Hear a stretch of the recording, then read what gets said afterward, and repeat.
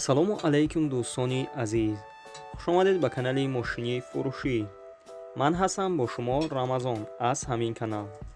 боди хатар видеонаворро то охир тамошо мекунем, бо хабар мешавем аз нархҳои мошинҳои фурӯшие ки дар Тоҷикистон мебошад. мошинҳо аз Daewoo Tico саршудагӣ то BMW пятёрка, ки мошинҳои шумо ҳам дар комментария нависондагӣ баден, дар ҳамин ҷамъ ҳузур дорад. курси имрӯза 1000 рубл баробар аст ба 140 сомонӣ.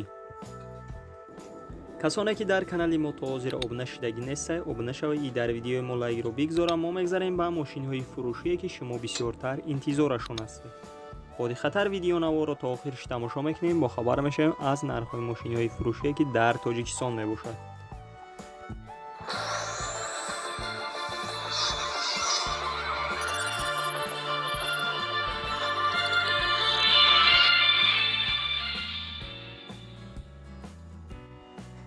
якум мошини фурӯшии мо мебошад Opel Vectra Prostoя, ки соли бароишаш 1994 ай. дар ҳолати хуби техникӣ қарор дорад дар шаҳри Душанбе.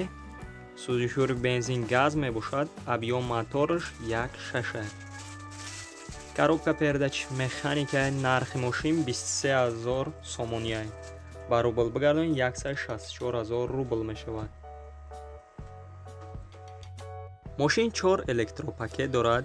8 моҳи дига документош сурок дорад, лук дорад. боз гуфтагие ки биенаи пеш бинен, агар харидори аниқ бошед боз арзонам карда мешавад.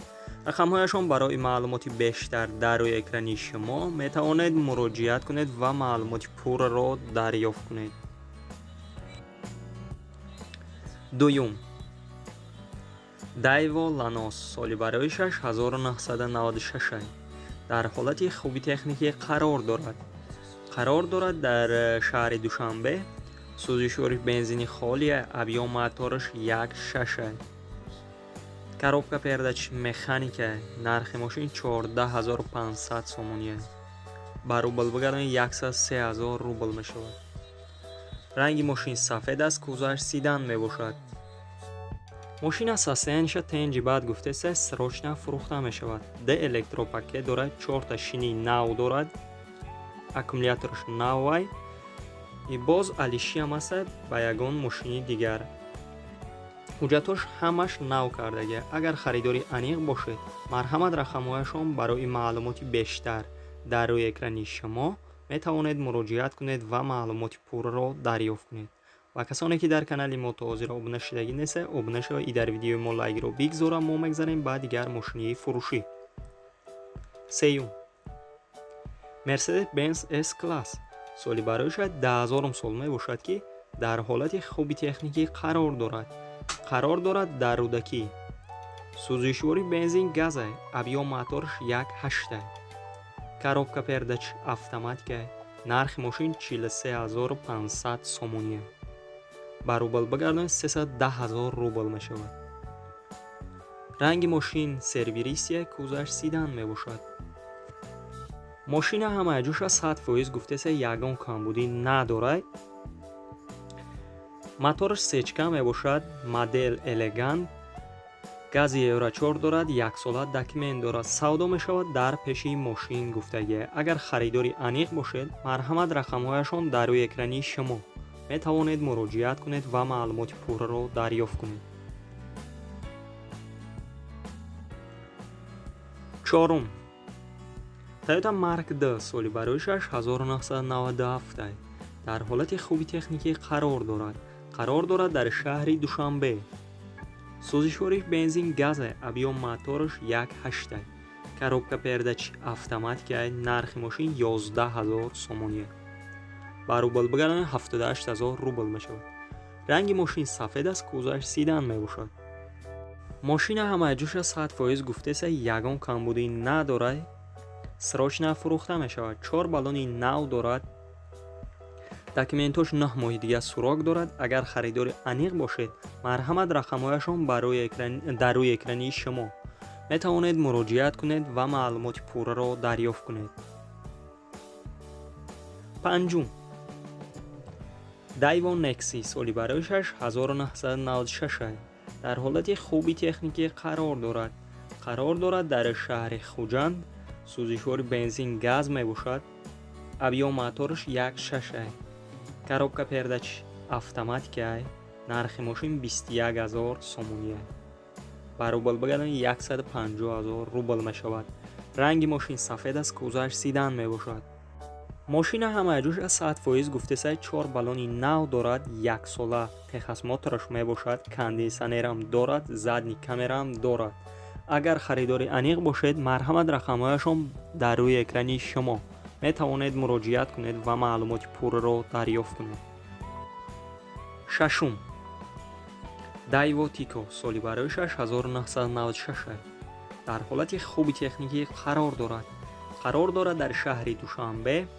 сӯзишвори бензини холия, объём мотораш 1.1 литр, коробка пердач автоматика.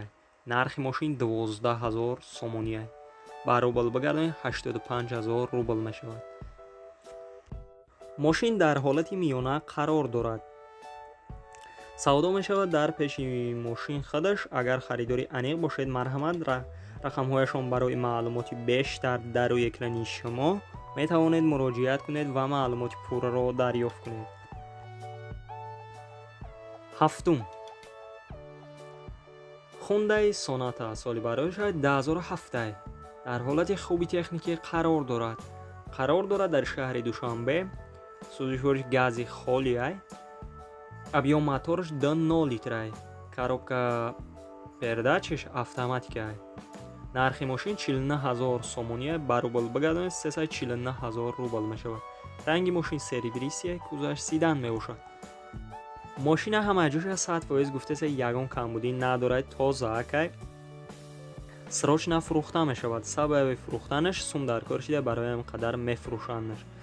кондитсионер дорад, кор мекунад. и боз гуфтагия ки агар харидори аниқ бошед, боз ячиним чи арзонаш мекунем. рақамҳояшон барои маълумоти бештар дар рӯи экрани шумо метавонед муроҷиат кунед ва маълумоти пурраро дарёфт кунед. ҳаштум Opel Duty соли бароишаш 10,000 солае ки дар ҳолати беҳтарин қарор дорад дар ваҳдат. сӯзишвори бензин газа, объём мотораш 1.6, коробка пердач автоматика. нархи мошин 43000 сомония. баробар бигардонед 36000 рубл мешавад ки ранги мошин серебристия, кузаш седан. агар харидори аниқ бошед, марҳамат рақамҳояшон дар рӯи экрани шумо метавонед муроҷиат кунед ва маълумоти пурраро дарёфт кунед. ва касоне ки дар канали мо то ҳозир обуна шудагӣ неста, обуна шава и дар видеои мо лайкро бигзора. мо мегзарем ба мошинҳои фурӯшие ки шумо бисёртар интизорашон ҳастед. боди хатар видеонаворро то охирш тамошо мекунед. ноҳум ВАЗ 2114 соли бароишаш 2004 дар ҳолати хуби техникӣ қарор дорад дар шаҳри Душанбе. сӯзишвори бензин газ мебошад. объём мотораш 1.6, коробка пердач механика. нархи мошин 18000 сомония. баробар бигардонед 128000 рубл мешавад. мошина гуфтагие ки камтарак кор дорад, мотораш инжектор мебошад. агар харидори аниқ бошед, марҳамат рақамҳояшон дар рӯи экрани шумо метавонед муроҷиат кунед ва маълумоти пурраро дарёфт кунед. даҳум Hyundai Porter соли бароишаш 2001 дар ҳолати хуби техникӣ қарор дорад дар шаҳри Хуҷанд. нархи мошин 38000 сомония. баробар бигардонед 271000 рубл мешавад. агар харидори аниқ бошед, марҳамат рақамҳояшон дар рӯи экрани шумо метавонед муроҷиат кунед ва маълумоти пурраро дарёфт кунед.